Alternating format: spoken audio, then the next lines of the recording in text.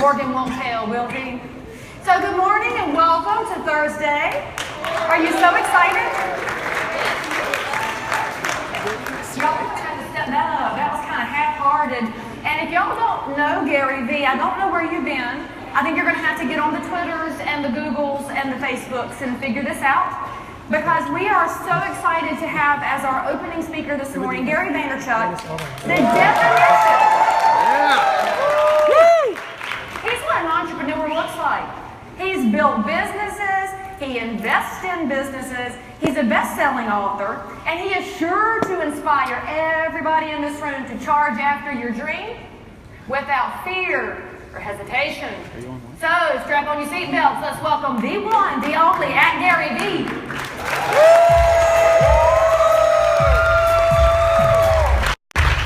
The man of the hour. Check it out.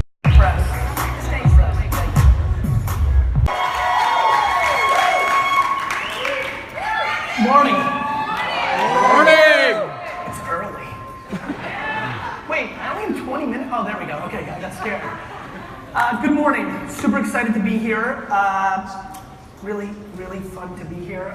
So what do I want to talk about? So, look, I think there's a lot of things going on, and I feel an enormous kinship to this audience. I think through my career over the last 10 years, I've spent a lot of time interacting, engaging with, have a lot of friends in this industry, and I think it's been really interesting for me to watch this space evolve over the last decade. I think I spoke at this event maybe 8 years ago or something of that nature, and back then it was like, hey, there's technology and there's these things like Google AdWords and Twitter and things of that nature, and clearly we've evolved in a very big way from there.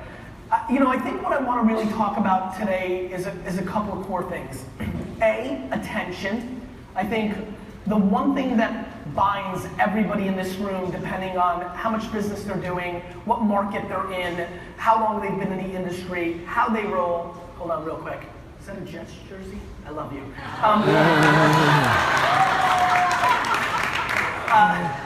The one thing that 100% binds all of you is that before you tell me how great this house is, or this property is, or how great you are, we are all battling in this room for attention. And attention is fickle, and attention moves. And that has basically been my career. My career has been predicated on what I call day trading attention.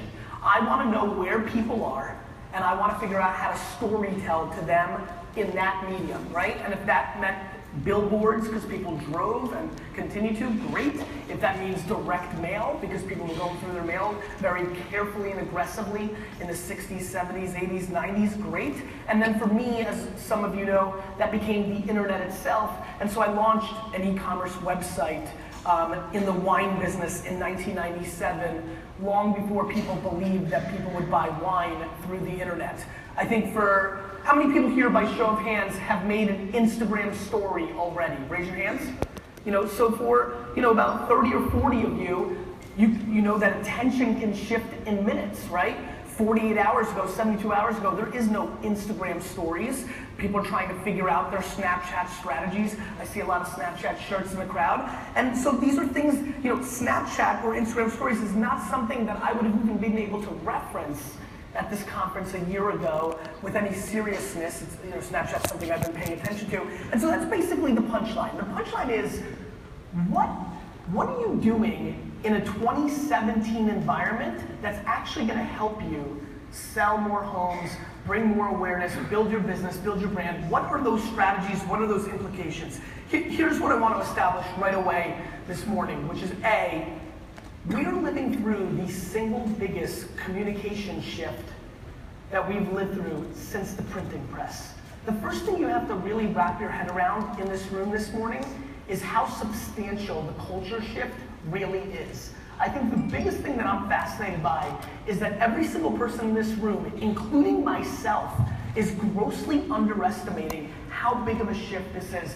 If you were just sitting in my shoes right now, you would realize there's about 90 people right now holding up a cell phone recording this talk. You have to understand how interesting that is, because 10 years ago, we didn't even have smartphones, right? We were definitely not recording content at scale. We were producing content at a level we've never seen before. And so what that means to everybody in this room is something very interesting. Here's what it means. We have a massive supply and demand issue. You're trying to get somebody's attention for what you're trying to sell them. The problem is that end user is getting pounded with 500, 10,000 times the amount of content that they did just 10 years ago. And so how are you going to break through that environment? Because it's not just if they're in the market to buy a new home, it's every product and service that they are trying to achieve in their lives. And to me, that is a fascinating supply and demand issue that every single person in this room is dealing with. So how do you break through? What do you do? I think what you first have to do is recognize that attention is driving very, very quickly. I think the biggest thing that concerns me this morning, more than anything, have you become complacent or romantic about what's working for your business now? The biggest thing that I'm fascinated by is when something works for somebody, do they try to milk it forever and hope nothing changes? A lot of you in this room know, that Twitter was my coming out party in the digital world. I invested in it, I became big on it, I amassed 1 million followers on it. It is devastating to me that Twitter does not hold the attention that it once did 6 or 7 years ago. I spent every single hour between 7 p.m. and 2 in the morning from 2007 to 2011 in my life to amass an audience on Twitter. But in 2011, when I started noticing that even though I had 800,000 followers and I was not getting the same results that I was when I had 50,000 followers, that became the moment that I, instead of what most people do, which is desperately try to hold on, put my head in the sand, or what a lot of people's strategy is in this room on digital shifts, which is hope. Fucking hope that everything's gonna be okay. What I started doing in 2011 was I started investing a lot more time and energy in figuring out Instagram in 2012 and 13, in figuring out Snapchat. I spent a lot of time on things that didn't work out. Social cam, I spent a lot of time in 2012. Became something I spent a lot of time in 2014. Pinterest is something I spent a lot of time in 2012, 13, 14, right? Tumblr was something I spent a lot of time on. So they're not all wins, but the biggest thing that I could leave you with in this room, and again, there's been a dramatic knowledge gain in this collective room, even getting ready for this talk, looking at your content, your hashtags, your tweets, it's just such a higher understanding. There's still some tried and true things that are not being executed. Last night I stayed in my bed when I got here late and just went through a lot of your accounts that were using the hashtag or mentioning it. And I'm just like, what's the state of the union of the people in the room? Like, how are they rolling? Couple things. One, unfortunately, the last 2 books before the Ask GaryVee book, Jab, Jab, Jab, Right Hook, and the Thank You Economy, are both still very underutilized by the market. People continue to put out content that is in high percentage in their best interest and not in the value of the end user. I am still baffled by why the real estate industry on an individual broker level does not realize that they need to become the digital mayor of their town.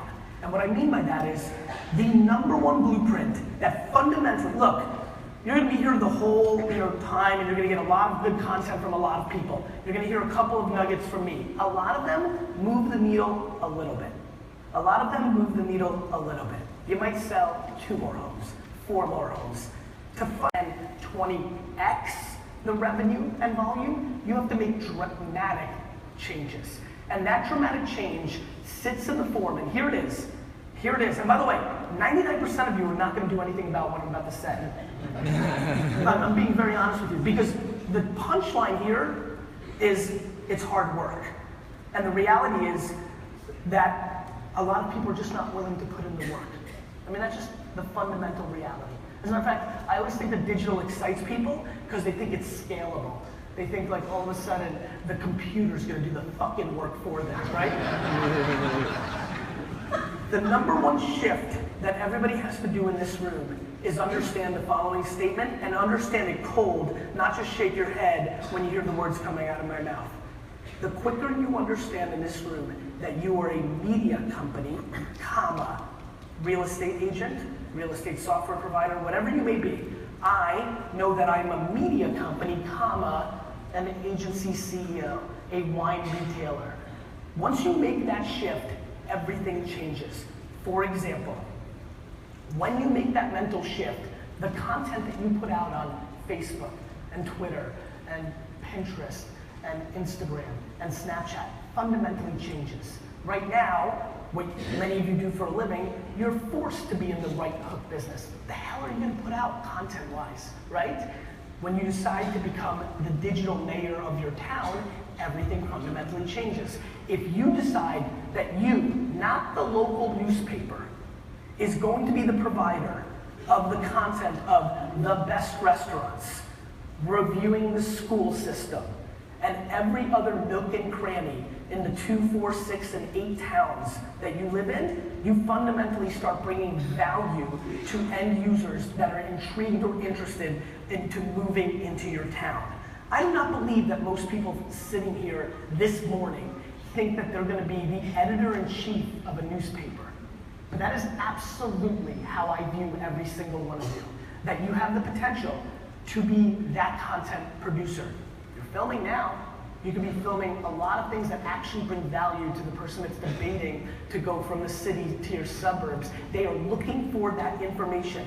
Why can't you Sally, you fucking Frank, why can't you be the person that interviews the principal of all the schools? Why can't you be the person that writes a review of every dish of every restaurant in your town? Why can you not be that person? That is my belief. That is the wide open white space for every person in this room that changes their business, because you then become synonymous with the town. You become the media entity. You become the person that fundamentally has the attention. And what comes out of that, and this is very important to understand, is your ability then to market yourself at a greater sense, because the content is dramatically more viral in the #1 platform that everybody should be spending all their time on, which is Facebook. In a world where everybody's very excited about all the new things, as am I live and breathe for it. Even besides the Snapchats of the world, I'm paying attention to Anchor and Musical.ly and Peach and After School, and there's plenty of things bubbling up that I'm curious in 2 to 3 years will matter to you and you can sell from.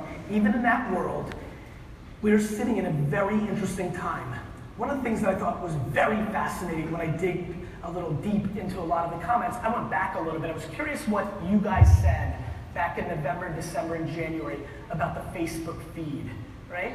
What did this collective group think about that? And much to what I thought, people were very upset and complaining, right? People were upset that 6 months ago, a year, you lost a lot of your organic reach on Facebook. It wasn't as good anymore. Zucks fucked you, right? Well, what I found fascinating about that was that in lieu of that feed, organic growth going away, what grew was one of the greatest ad products of all time. If you're sitting in this room this morning, you have a real career, a real business. The fact that most of the people in this room do not deploy at least $1,000 a month into a Facebook environment to drive their business is borderline laughable and in reality just downright stupid. Let me explain why.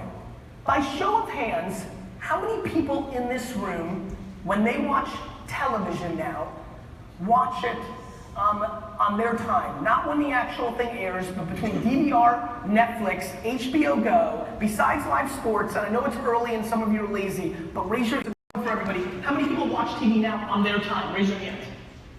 Good. Everybody. In this room, when given the chance, fast forward every single commercial. My friends, I live in a world now, VaynerMedia, run a 650-person digital agency. It's a $100 million revenue business. Toyota, Unilever, Under Armour, USA Network, biggest brands in the world, the whole nine. They spend $90 billion collectively making videos and distributing them to sell you stuff, right? I live in a world where I day trade attention. Every person in this room, and I think we can agree, this is not a 15-year-old girl crowd, right? Every person in this room just raised their hand that they do not watch commercials at all costs. And even if the brand is lucky enough to get the commercial in front of you because you dropped your remote control off your bed, even if that happens, every person here, the second that commercial runs, grabs this. And you check on your business, you tweet about what LeBron just did, you definitely don't give the attention to the commercial. Let me explain why this matters to this room so much. How many people here in their career did Google AdWords at some point? Raise your hands. Great. How many people here did Google AdWords back in 2001, 2, and 3 when I was doing it? Just raise your hands. For the 20 of you, you remember what I remember. It was a great fucking deal, right? When I bought the word wine, the day Google AdWords came out, for 5 cents a click before Google raised the minimum, I owned it for 9.5 months before anybody even bid me up because nobody knew it existed. My career has been about day trading attention. I grew my dad's liquor store from a $3 to a $60 million business in 5 years because I launched a website when nobody thought websites were important. How many people here have done email marketing in their career? Raise your hand. You're gonna love this one. In 1997, I had 150,000 to 200,000 person email newsletter that had 91% open rates. Yeah, not because I was a hero. Oh, by the way, forget about that. 55% click to add to cart within the email. Not because I was a hero, or I was so smart, or I wrote such great copy. It's because nobody was email marketing in 1997. Who here had email in 97, 98, 99? Raise your hands. Do you remember? For the youngsters in this room, we read every fucking word of every email. We treated email like it was regular mail, like very carefully, like dear John, yes, you know, like all of it. That same email newsletter today, even after 10 years of money and strategy and all this, is at 33% open rates, and that's remarkable, and that's because we consciously put a lot of effort towards it. So that has been my career. What I knew would happen on Google AdWords is about to happen in social media. And my friends, let's get this straight in this room right now. There is no social media. Social media is a slang term for the current state of the internet. There is no social media. We called it Web 2.0 for all the old G's in this room, right? There is no social media. Social media is a term we use to talk about Facebook and Instagram and Snapchat, and we even throw LinkedIn and YouTube, we even throw utilities and content platforms into social media. Social media, you mean the thing that we spend 51% of our time on this device, and if you sit in this room in late 2016 and you do not understand that this is the remote control of our lives. How many people here in every 24-hour window are always within arm's reach of their phone? I would literally rather somebody stab me in the streets of New York and steal my wallet than lose my fucking phone. Attention. For example, I today, for all my businesses, all my 150 plus investments, my library, Vaynermedia, my personal brand, I don't even think about the internet at all in any other platform than my mobile device. As a matter of fact, I just got my design team at Vaynermedia together last week, and I told them I want to redesign Vaynermedia's website, and next month or so you will go to Vaynermedia.com, and if you go on it in a laptop environment, it will actually go to a page, Vaynermedia.com, that will say the following. It will look broken, and it will say to you, hey jerk, it's 2017, go get your fucking phone. It will actually not work on a laptop. Here's why this is important. I am extremely curious what your websites, how your marketing looks in a mobile world.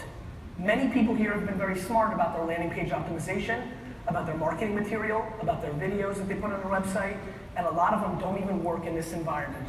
And very quickly, within 24 months, at, what is it, the 20th? At the 22nd anniversary of fucking Inman Connect, The entire end consumer that you're trying to sell to will only be living in this environment. So if you have any call to action from this talk today, please go home and adjust your web and social presence only into a mobile-first environment, because there will be nothing else. And a lot of you are converting great leads and other things through a desktop world. You've got to make that same commitment to understand what's happening in here, because this is the punchline. This is how you will sell. I've got a friend who, in the last 4 months, has sold 4 homes through Facebook Live at his open home listings from people that didn't show up to the open house. It was just him walking around with his Facebook Live, and he has a very small group of like 50 people watching those Facebook Lives, but 3 of his 4 transactions was someone of those 50 sharing it into the network of their friends, and then them friends becoming aware of it. Literally, I mean, this is what you do for a living, literally. Selling homes from Facebook Live, because and think about it, you guys do open houses all the time, I assume. You know, some of those aren't well attended. Sometimes they're time. Multiple times you have multiple people in the home that one of them can hold the phone. There's real transactional value going on in this environment, and I'm just thirsty for people to understand how big of a deal it is because of this attention arc. There is so much opportunity. For example, best practices. I want to get very detailed here today, to be honest with you. Instagram. How many people are using Instagram for their business? Raise your hand. If you are posting content on Instagram for your business, anybody who's not is making a massive mistake, because the attention of 28 to 65 on Instagram is stunning, deep. And when you think about the decision maker in home transactions, female gateway drug to those transactions, there's enormous attention. As a matter of fact, one of the most interesting data points right now on Instagram is the fastest growing demo of selfies on Instagram are 40 to 50-year-old females. Literally cougar selfies. Literally. Listen, I love it.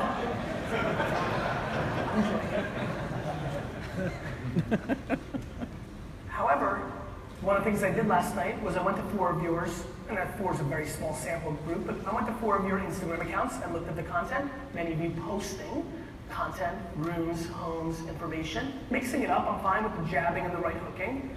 But when I look at the posts, of the 4 people, only 1 of them used a hashtag, and they used 1.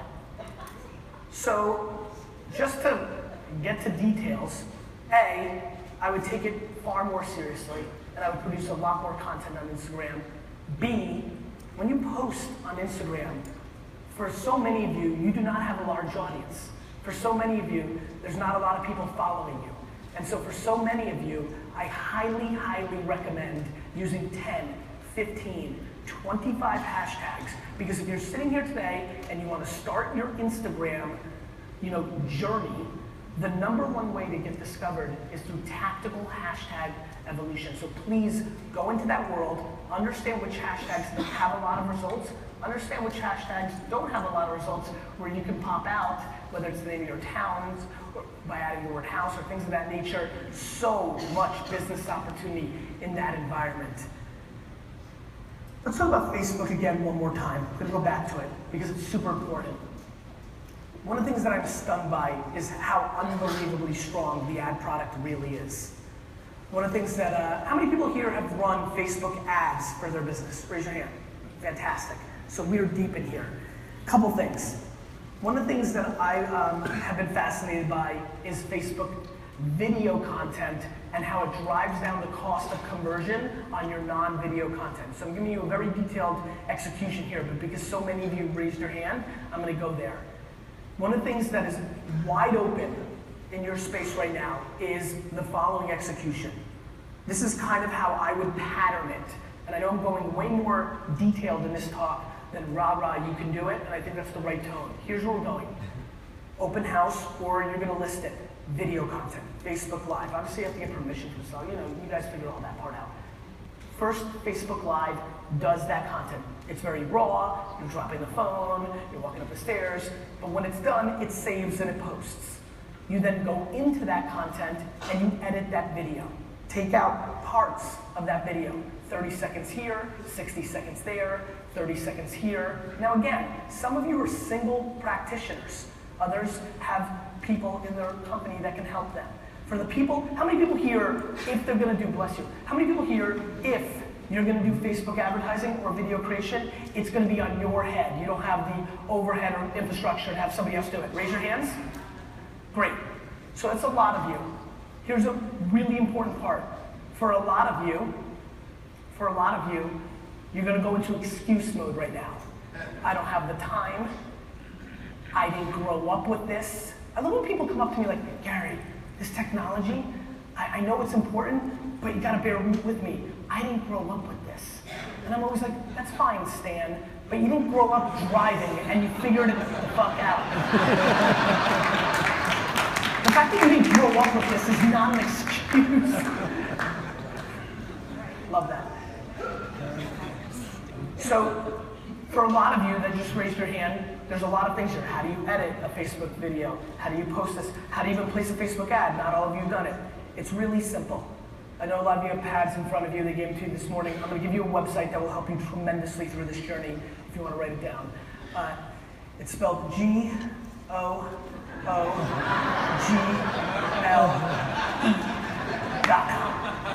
It's called Google. Every single person here, basically, I've been thinking about this weird format of a keynote, which is I come out, I say like the 7 or 8 things that I think matter right now, Facebook video, you know, Instagram hashtag culture, a couple of other things, and then I basically say, and now go to Google and spend 10 hours on Google and or YouTube. For example, Google wouldn't work for me because I'm very bad at reading. I don't consume information that way, so then I would just go to YouTube and watch the, you know, YouTube, by the way, is the 2nd biggest search engine in the world. And so for a lot of you that are more visual, if you want to figure out how to use Snapchat or how to use a 360 camera, which would be a very good idea for a lot of you here that are listing that kind of content. Thank you, man. The 360 camera dude is here. And here. And here, sorry. Like, oh, and right there, respect. Nerd it up, baby. I love it. I'm stunned by the following statement that I think rings very true in this room. How many people, actually, you know what, I'll ask this question. Retiring in the next 10 years, and I don't mean you're gonna crush it and retire. I mean, you're old and you're finished. So, raise your hand if you're retiring. Too young, too young, too young. You're a little bit older, dude. I see you in the back.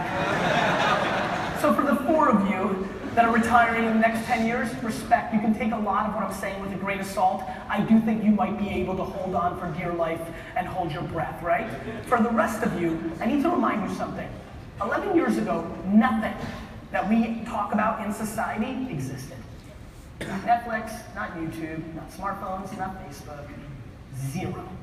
I hope you understand that the biggest point of my talk this morning is not go use that hashtag or go make YouTube videos. It's that if you are not digitally native, you will die.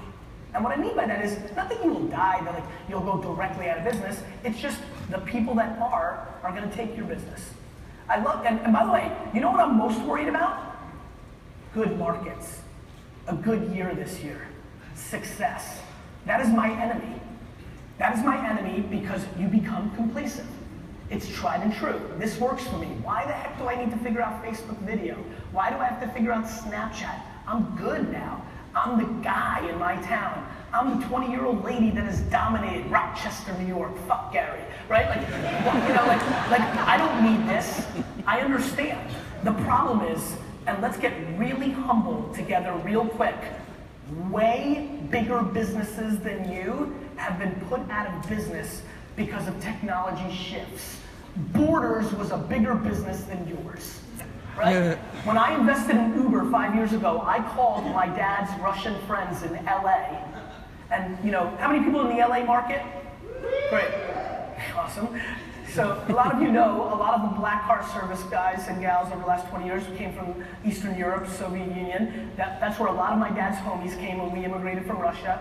These are guys, think about this narrative. These are my dad's best friends now in their 50s and 60s. They came to this country in 78, 79. They were dead broke. They lived in studio apartments. They drove taxi cabs for $2-3 an hour, hustled their way, worked every hour, no Saturday and Sunday for 20 years, built up a business, didn't buy anything, saved all their money, eventually bought their own car, eventually had 4 or 5 guys or girls underneath them, built a business, had the American dream, finally got into their 50s and 60s, worked every goddamn minute to get there, and now we're gonna kind of like enjoy it a little bit. And then Uber came along. And so I called Madik and Vladimir and these guys and said, hey, Vladimir I know, and said, Vlad, I've got good news and bad news. Good news is, you've done well and America's the greatest country in the world. Bad news is you might be in trouble. And literally, the 3 of them, verbatim, were all like, that's nice, boy chick, we'll be okay. So what you're telling me is they're gonna take a phone and hit a button and the car is gonna come? Very good, very good. I'll talk to you later. The funny part is these are very close friends of my family. That's a funny story and I say it funny. Here's what's not funny. Every one of those 3 guys' businesses have been slaughtered. Absolutely slaughtered. All of their businesses now that they're trying to sell are literally worth 15 cents on the dollar of what it was worth just 4 years ago. Their revenues have been cut from high 6 figures to low 6 figures, even 5 figures. They're basically out of business. Nobody here is super excited to go run and buy an independent black car service business. And so, the one thing that I implore all of you to understand is in a world where the internet came along only 20 years ago, there's a lot of youngsters in this room, so pay very close attention, especially if you want to be in business in 20 years. Only 20 years ago, Windows 95 came out and finally got some of us on the internet, okay? We're talking about a very recent phenomenon. I am very confident that a lot of my venture capital friends are going to lose a lot of money betting on virtual reality right now because it's too early. But I'm equally as confident that in 20 years, we're going to be deeply playing in a VR world. A VR world that is going to actually do to the internet what the internet did to real life. Everything will reset because the only thing that matters to this room is the attention. And if that attention means we put on contact lenses and never take them out and live in a world that is virtual alongside with physical, I think more and more people here don't think that is the most insane thing they've ever heard. I think more and more people here, especially if they're 45, 50, 60, 70, remember how they judged the fad of the internet and won't do the same thing with VR. I think a lot of people here didn't expect people randomly running through their backyard looking for virtual Pikachus. And so, I just really want you to understand something. I basically look at this like a race. I think all of you are about to run a very long marathon in business. And the reason I want you to be on Snapchat is not because I necessarily fully 1000% believe that Snapchat's going to change your business. It's that I need you to understand how Snapchat works because that's like going on a treadmill and getting prepared for the marathon. Nobody here, without training for it, is just going to wake up tomorrow and run the New York Marathon successfully. If you are not acting digitally every single day, if you are not understanding that all the action, all the opportunity is in the people that draw lines in the sand and say they're not going to do, how about this? Let's be very honest here, and this is very important, I want everybody to see this. How many people in this room in the last 2 or 3 years said that they would never go on Snapchat, it was stupid, and now have Snapchat accounts? Raise your hand. Raise it high. Raise it high. Don't be embarrassed, it's a good thing. Raise it high. You need to understand, in those hands is where all the money is. I'm going to buy the New York Jets because I'm really good at knowing what you're not going to do and then know you're going to actually do it. Plenty of people in this room, especially if they're over 45, said that they would never get a cell phone, that their pager was good enough. A ton of you said you would never go on Facebook 8, 10 years ago. Why? It was for college kids, and now you live in it, right? We just saw 20, 15% of this room say they would never go on Snapchat, and now there's t-shirts in the crowd and on phone cases, and it is a part of our world, right? 24 minutes ago, it feels like, definitely 2, 3 days ago, 5 days ago for some of you that watch my vlog, I said that I was worried about Instagram's positioning in the marketplace, that it was getting squeezed between Snapchat and Facebook, and then Out of nowhere, I wake up and they make a product feature change that competes with Snapchat and makes it dramatically more relevant overnight. This is a moving marketplace. I am actually thinking about buying drive time radio ads for the first time in 10 years because the price has gone down so much that I'm now curious if the ROI is there. I'm not a digitalist or a futurist. I don't give a shit about technology. I care about your attention. Because if I have your attention, if I'm good enough after that point, I can sell you something. It's not confusing. It's not complicated. The problem is, it's hard work. The difference between the people that are going to win and lose here is far less about talent. It's going to be built on two very simple, tried and true pillars that existed long before the internet came along, which is the following two things. It's 100%. I can look at you one by one and map your success based on two very simple principles. Number one, your work ethic. It's just gonna matter. You know 0 successful people that have built it. Number two, the one that almost everybody in this room is struggling with. And it's been the absolute calling card of my career. Patience. The utter lack of patience in this room is the absolute variable of the people that win and lose, especially when we talk about the things that I believe in, like these platforms. The amount of people that have emailed me saying, hey Gary, you got me super pumped on Snapchat in January. Well, I've been really going at it hard, and I'm not getting the results yet. And that email came in fucking February. The amount of time it takes. Let me give you a good example. I think a lot of you can agree, because I know a lot of you know me, that I've been good at this stuff, that I've been good at this content and social media thing for the last 10 years. The day Facebook pages came out for people, the day it came out, 6, 7, 8, 9, I'm trying to think about 8 years ago, until 4 months ago, I've been putting out content every day. I've been GaryVee. I get plenty of exposure, pounding away, doing everything right. And from that day, 8 years ago to 4 months ago, I amassed 550,000 likes, followers on my Facebook fan page. In the last 4 months, that page has gone from 550,000 to over 1 million followers, organic. Because 4 months ago, I figured out how Facebook video was working in a better way. All those hours, my entire livelihood, for 7 years, running the biggest agency in the space, and I got to 500,000. And in 4 months, an additional 500,000, because chipping away and learning, chipping away and learning, chipping away and learning, patience, hard work, and a huge game shift for my business and my personal brand world.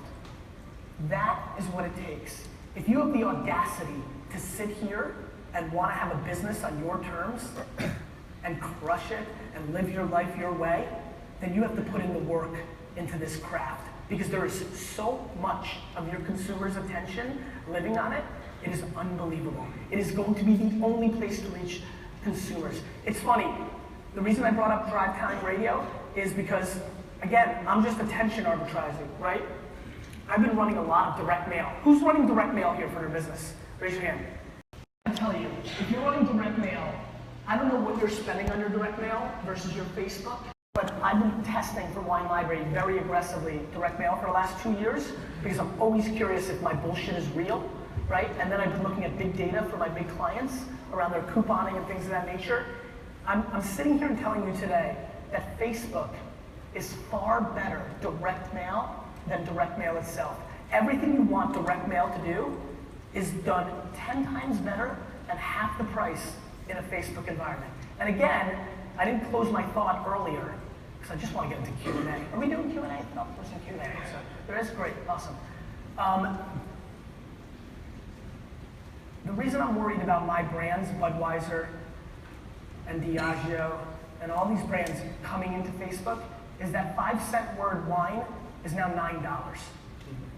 For all of you that are running Facebook ads, and it costs you, open house or your organization or you as an agent, that is going to cost you 5 to 25 times more than it's costing you today in 24 months.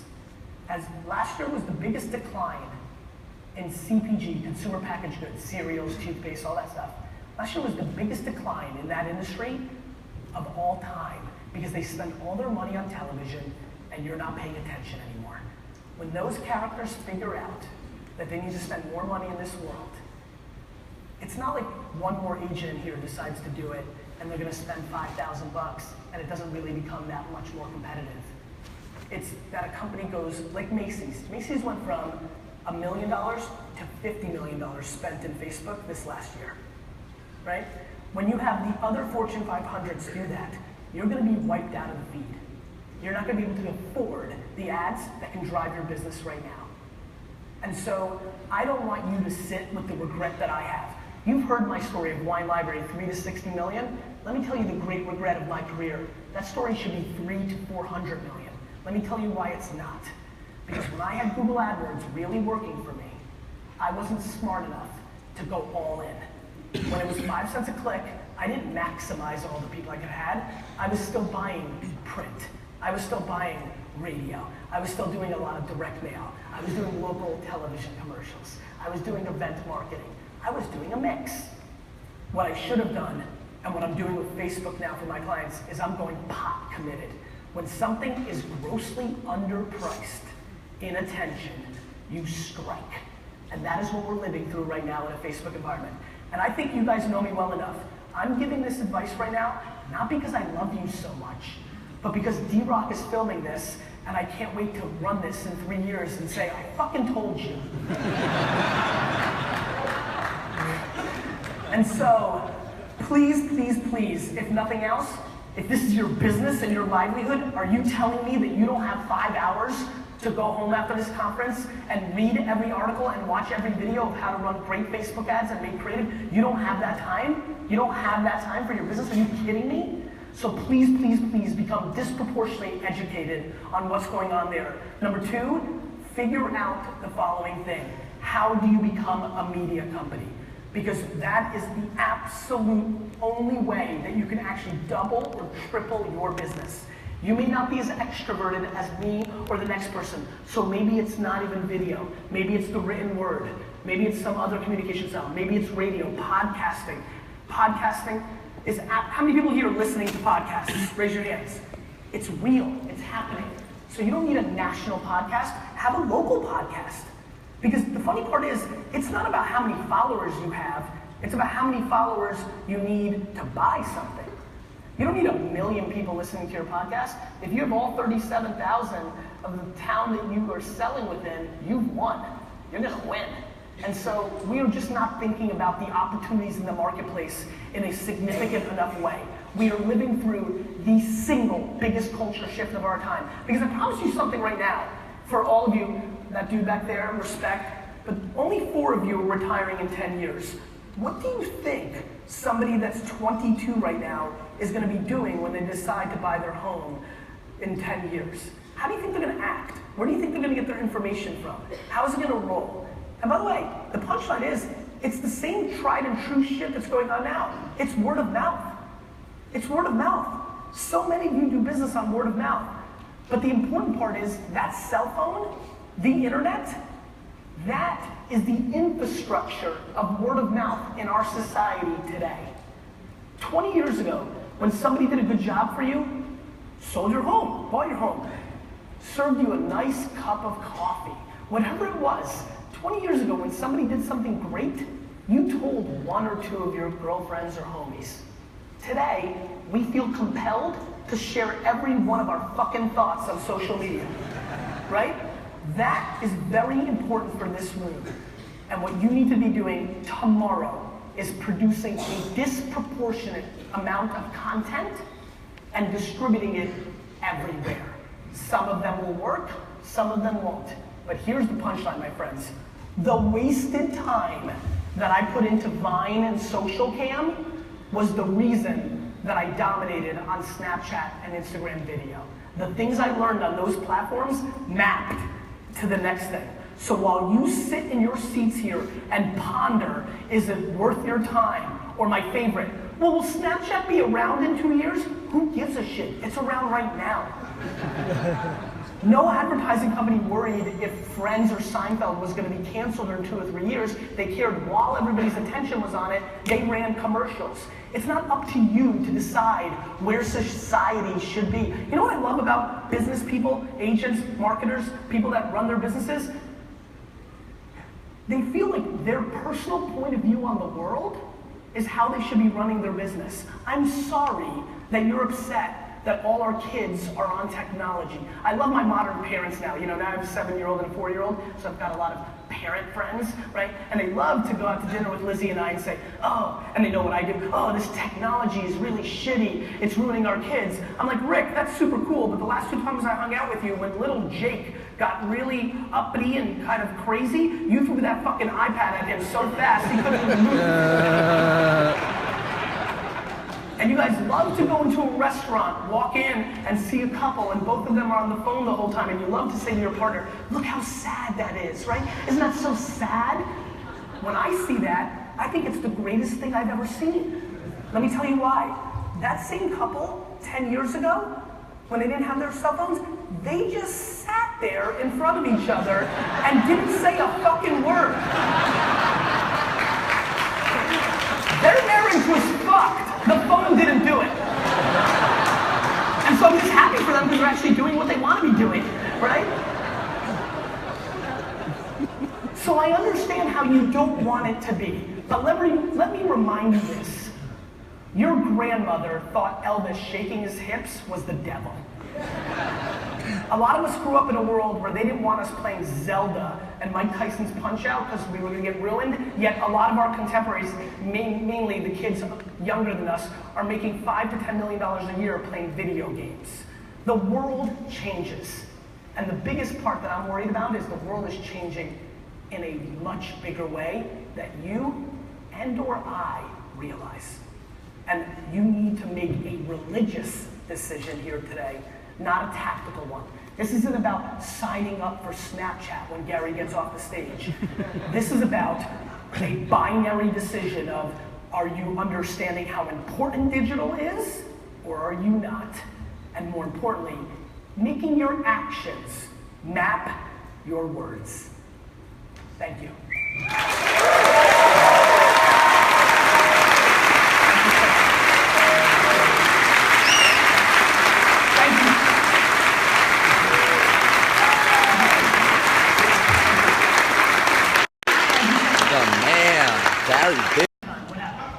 We got a couple? Let's do it. Who's got a question? Who's got the, do we have mics? Or are we going ghetto style? Let's go ghetto style. Go ahead, I'll repeat the question. Hey, Michael Meyer. How you doing, Gary? Really good, Michael. Good to meet you over here. So, question for you. I spent a lot of time on Snapchat. You've been huge inspiration to everybody, of course. Thank you. And of course, you know, this whole Instagram story thing came out now. Yes. So everyone's coming up to me and asking me, saying you're spending all this time on Snapchat. And they're saying you're spending all this time, Michael, you're spending all this time on Snapchat, and now you got Instagram stories coming out. You're and dead, you're fucked. Yeah, all that scary stuff, right? I'm excited about a new opportunity. Yep. But my question to you is, there is obviously only so much time in a day, and I've always been told you should also focus. So how do you deal with these two things?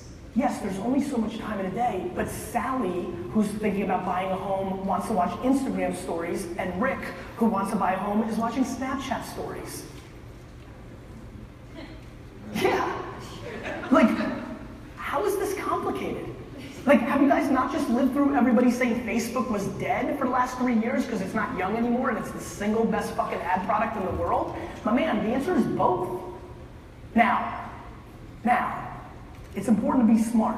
For example, I believe that Instagram stories is very powerful for a lot of people in here because Snapchat skews a little bit younger. And everybody's going to default into thinking here is if I'm going to sell an $800,000 home, it's more likely going to be a 42-year-old than a 24-year-old, and I think there's some validity to that. So Instagram stories is something I think every single person should do here because I think it will 100% work to sell a home today. Snapchat is something every single person should do here because I think it's a platform. You have to understand, Snapchat's going to be a an augmented reality platform. All the AR companies they're buying, the way they do filters, Snapchat's doing a lot of other things. And again, you know, I don't know, like the young and wealthy on certain, depends on your market. If you're in Kansas, and I New York City, Gary. What's that? New York City with you. Yeah, I mean, if you're in New York City, you have to do Snapchat because Snapchat in New York City is 45 and under. You know, there's obviously middle parts of America and other places where it skews younger. You just have to look at your data. But the answer is both. And focus. Stop fucking watching fucking Netflix and do both. I've heard people like, I've been taught to focus, and then I look at their day and they work 6 hours a day. Between their fucking hour and a half lunch, them bullshitting in the morning to like talk to everybody, fucking checking YouTube 13 times a day for 4 minutes each. I'm like, focus, fucking work. Right? Both. Questions? Yeah, take it wherever you want. Gary, thanks for the time. My name's Dylan Hale out of Raleigh, North Carolina. I'm still hitting doors. Yes. Home to home. I love it. You're not going to get me off it. Thank you. But real quick. Sure. What's your name again? Dylan Hale. Dylan, while you're walking up to the fucking door to like knock on it, Yep. you could be knocking on the door here and knocking on it. Yeah, that's my question. How to incorporate social media and modern media marketing to maximize that? I'm being dead serious. Yep. You know, a lot of people know that I hold on to it, that I engage a ton. I'm busy every minute. When I get up from my desk to go to the bathroom, I open my phone and engage with 3 people on Twitter, or I make a piece of content that's on my mind, right? Sure. So literally, I'm being dead serious. That wasn't a joke. When you get out of your car and you walk and you go to knock, in between those 2 minutes, like in that 39 seconds, either produce content or engage with the small community that you started building. I'm putting out some content there. Here's me hitting doors in this new neighborhood I'm targeting type of thing. Specifically, how do I engage that person that I just made a contact with so that they're connected to me on social media? You mean the person on Yeah, the guy I talked to that says, yeah, I'm thinking about selling my house. on the knock on the door? That guy. I would get his cell phone number. Okay. Like, if, you know what I mean? Like, I would be like, hey, give me your cell, and I would text it. Like, that is the most intimate relationship in technology today. Nobody here is giving their cell phone out for text marketing because it's the one protective place we have. If I were you, I would get as many of them into the text. I would take a picture of their door and like have that as their image so you could keep track, and that's what I would do. Fair enough. Thank you. You're welcome. I gotta run. They're kicking me off. I'm sorry. Love you guys. Thank you.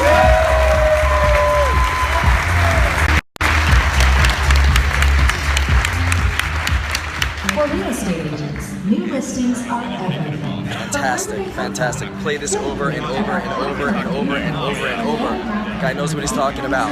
For all your New York peeps, hope you like my New York question. It was a good one. And Gary's answer, in short, is you got to go where the people are, and you just got to work harder sometimes. And if you don't know what platform to be on, do both. Top of mind when they're ready to take a move. It's not a piece of the pie, it's the whole pie. Smile